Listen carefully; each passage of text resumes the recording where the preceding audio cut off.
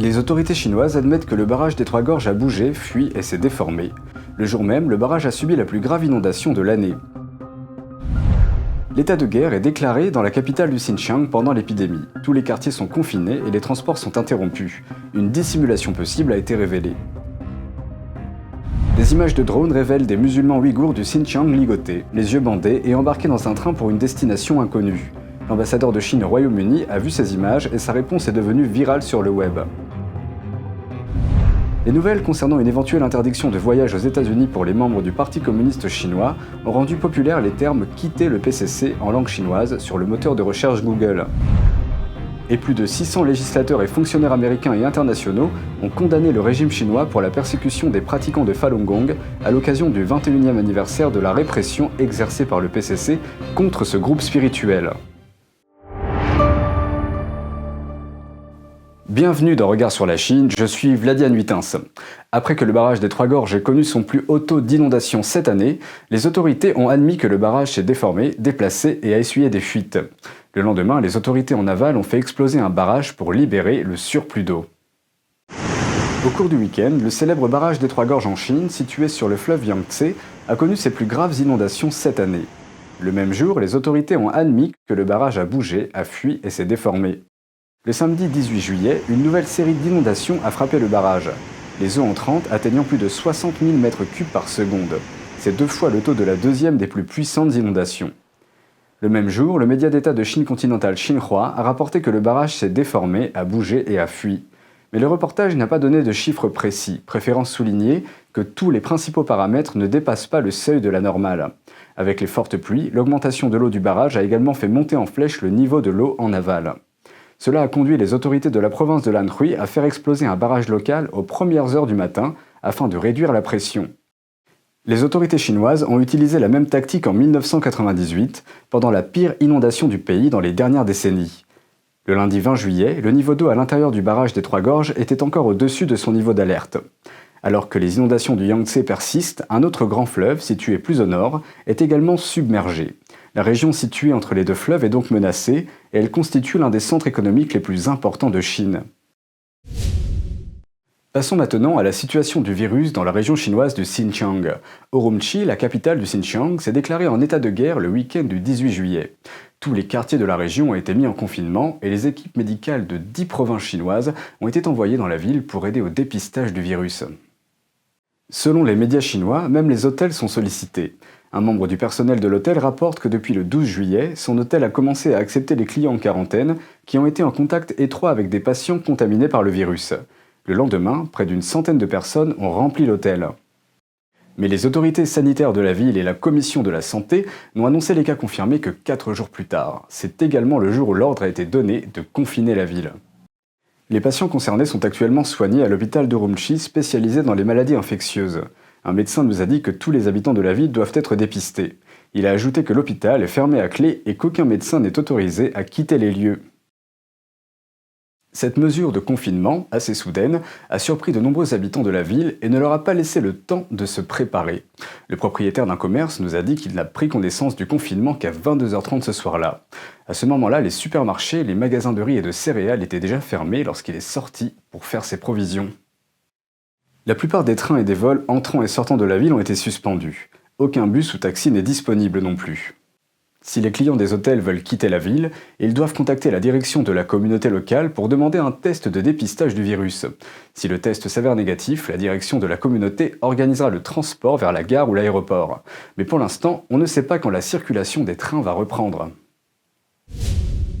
Des images prises par un drone montrant des musulmans ouïghours ligotés et les yeux bandés sont devenues virales sur les réseaux sociaux. Dans la vidéo, on les voit embarqués dans un train dont la destination reste inconnue. Les images auraient été prises quelque part dans le Xinjiang, une région autonome du nord-ouest de la Chine où vit cette minorité ethnique. En réaction, Andrew Marr de la BBC a invité l'ambassadeur de Chine au Royaume-Uni, Liu Xiaoming, à participer à son émission. Marr a demandé à Liu de décrire ce qui se passait dans l'image. Liu a répondu en demandant à Ma s'il avait déjà visité le Xinjiang, ajoutant que la région est l'un des plus beaux endroits de Chine. Ce à quoi Ma répondit « Ce n'est pas une belle image ». Lorsque Ma a déclaré que les images avaient été authentifiées par les services de renseignement occidentaux et des experts australiens, Liu a démenti ces affirmations et a tenté de changer de sujet.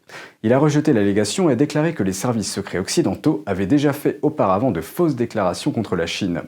Il a également utilisé comme exemple la déclaration occidentale selon laquelle 1 million de Ouïghours ont été détenus dans des camps. Ma a ensuite souligné que selon les propres statistiques du régime chinois, la population ouïghour de cette région a diminué de plus de 80% entre 2015 et 2018. Liu a catégoriquement contesté ces chiffres et a déclaré qu'ils n'étaient pas corrects. Un rapport du groupe de recherche basé à Washington, la Jamestown Foundation, indique que le Parti communiste chinois a recours à la stérilisation forcée et à d'autres mesures pour contrôler la population ouïghour. Le rapport de 32 pages, compilé par l'expert chinois Adrian Zenz, indique également que la population ouïghour a diminué de plus de 80% entre 2015 et 2018 et a encore diminué en 2019. Ce type de programme de contrôle de la population se heurte notamment aux critères cités dans la Convention des Nations Unies sur le génocide. Quant au démenti de Liu concernant le million de Ouïghours détenus, il a fait l'objet d'une large couverture médiatique. Des documents ayant fait l'objet d'une fuite, vue par la BBC, confirment qu'1 million de Ouïghours ont été emprisonnés et forcés de subir une rééducation idéologique. Et selon le département d'État américain, ce nombre pourrait se rapprocher de 2 millions. De même, CNN a obtenu des documents gouvernementaux en provenance de Chine montrant des dossiers de détenus à l'intérieur de camps d'internement au Xinjiang. Bien que les autorités chinoises aient commencé par nier ces affirmations, elles ont modifié leurs déclarations après que des rapports publics aient fait surface à plusieurs reprises. Maintenant, ils appellent ces camps des centres de formation professionnelle. Même les membres du groupe ethnique ouïghour, qui ne sont pas emprisonnés, ne semblent pas pouvoir s'échapper. La Chine a demandé à maintes reprises à d'autres pays de les renvoyer en Chine continentale après qu'ils aient été identifiés en train de chercher asile à l'étranger. En 2015, la Thaïlande a renvoyé près de 100 Ouïghours en Chine, et en 2017, l'Égypte en a renvoyé 2 douzaines. Ils ont ensuite disparu à leur retour en Chine. Après l'annonce de la possible interdiction de voyager aux États-Unis imposée par l'administration aux membres du PCC, les mots chinois pour quitter le PCC sont devenus un mot-clé populaire dans les outils de recherche Google. Bien que relativement inaperçu à l'Ouest, un mouvement populaire discret au sein de la population chinoise se dissociant du parti est en fait en cours depuis plus d'une décennie. Selon Google Trends, le volume de recherche du terme chinois pour se retirer du parti au Tweedong a récemment connu une forte hausse de popularité. C'est après que les médias aient fait état d'une possible interdiction de voyager aux États-Unis imposée aux membres du Parti communiste chinois. Le même phénomène a été constaté pour des phrases comme la procédure pour quitter le parti. Mais l'idée de se retirer du Parti communiste n'est pas nouvelle. Un mouvement de fond dans lequel les Chinois se dissocient du parti existe en fait depuis plus de 15 ans. En juin 2005, un ancien haut fonctionnaire du consulat chinois de Sydney, Chen Yonglin, a fait la une des journaux internationaux. Ceci avait pour cause sa visite surprise à un rassemblement à Sydney, organisé pour commémorer le massacre de la place Tiananmen. Il y a annoncé publiquement son départ du PCC. I called for the Chinese government to quickly start political reforms. Although the economy is good, people in China still do not enjoy freedom. No freedom of speech, no freedom of faith. Une semaine après l'annonce de Chen, Hao Fengyun, un ancien responsable de la sécurité en Chine, a également déclaré publiquement qu'il se retirait du parti. Et en 2009, l'ancien agent de renseignement chinois Li Fengzhe a quitté le parti à Washington DC devant l'ambassade de Chine. I solemnly declare that I'm completely breaking away from the Chinese Communist Party. The Chinese Communist Party is not China. The CCP has done damage to China and its excellent traditional culture. Therefore, being anti-CCP equals patriotism. Quitting the CCP is saving China. Tous trois ont évoqué un livre qui les a inspirés à changer leur point de vue sur le PCC, intitulé « Les 9 commentaires sur le Parti communiste chinois ». Publié par The Epoch Times, le média frère de NTD, ce livre a contribué à inviter les Chinois à remettre en question leurs croyances au sujet du parti. La série détaille l'histoire du Parti communiste en Chine en mettant l'accent sur sa ligne de conduite en matière de droits de l'homme, de la révolution culturelle au grand bond en avant, en passant par le massacre de la place Tiananmen, et bien sûr la répression et le prélèvement d'organes sur les personnes qui pratiquent le système de méditation spirituelle Falun Gong. The Epoch Times a été fondé en réponse à la répression et à la censure communiste en Chine. Many people started contacting the Chinese Epoch Times, asking if they can somehow publicly announced that they are formally disassociating themselves from the party. Le journal a ensuite commencé à recevoir et à recueillir des déclarations de personnes qui démissionnaient du parti et les a publiées en ligne. Le site indique qu'à ce jour, plus de 300 millions de personnes ont renoncé au parti et à ses organisations affiliées. Il y a 90 millions de membres du Parti communiste chinois, mais en ajoutant les membres actuels et anciens de la Ligue de la jeunesse et des jeunes pionniers, que presque tous les enfants en âge d'aller à l'école sont obligés de rejoindre, l'appartenance communiste en Chine concerne en fait un groupe de personnes beaucoup plus important. À l'exception de quelques annonces très médiatisées faites par des Chinois en Occident, la plupart des déclarations de démission du parti proviennent de Chinois du continent qui utilisent la technologie anti-censure pour afficher leurs déclarations. Beaucoup utilisent des pseudonymes par crainte de représailles. Certains qui ne peuvent pas le faire en ligne ont publié leurs déclarations dans des lieux publics. And it's perhaps the largest civil disobedience movement in China since the Tiananmen Square protests. Le livre a ensuite été publié en plusieurs langues et a commencé à attirer l'attention à l'Ouest, surtout parmi ceux qui ont fait l'expérience directe du communisme. Parmi eux, le premier président élu d'Ukraine, qui a joué un rôle déterminant dans la dissolution de l'Union soviétique. This book has offered many thought-provoking historical materials. It not only reveals the evil of the CCP, but also prompted many to withdraw from the Communist Party after reading it.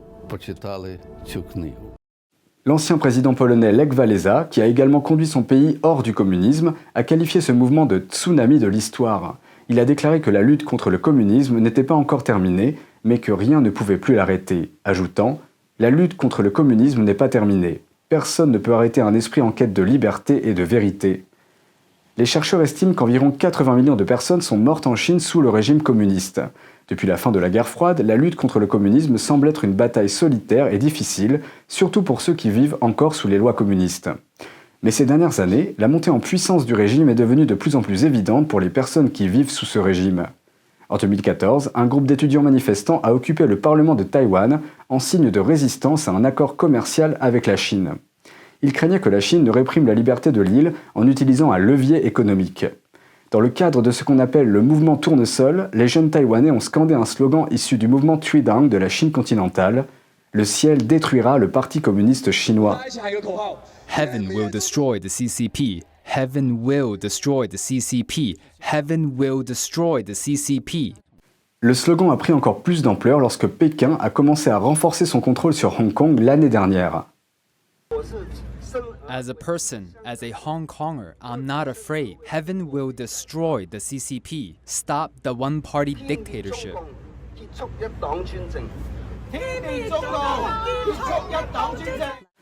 L'été dernier, dans une démonstration de défi stupéfiante, une manifestante de Hong Kong a brandi une affiche produite par l'édition de Hong Kong d'Epoch Times.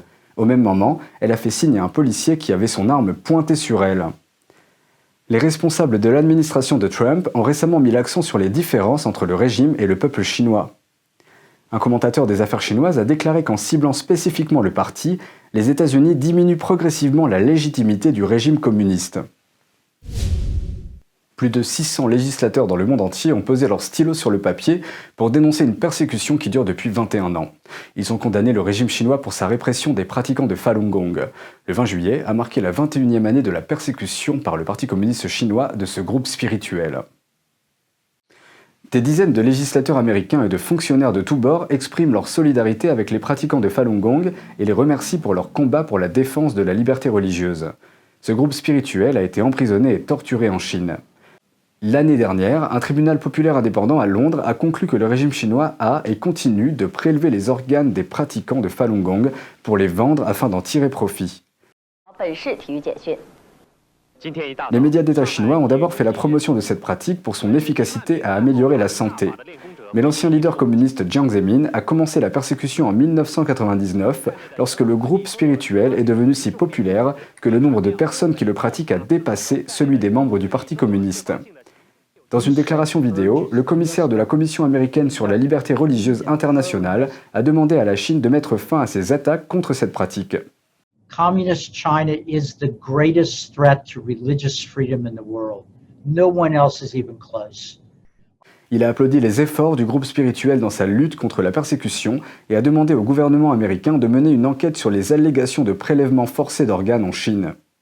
L'ambassadeur itinérant des États-Unis pour la liberté religieuse internationale, Sam Brownback, a également publié une déclaration vidéo affirmant que le Parti communiste chinois est en guerre contre la croyance, mais que c'est une guerre qu'il ne gagnera pas.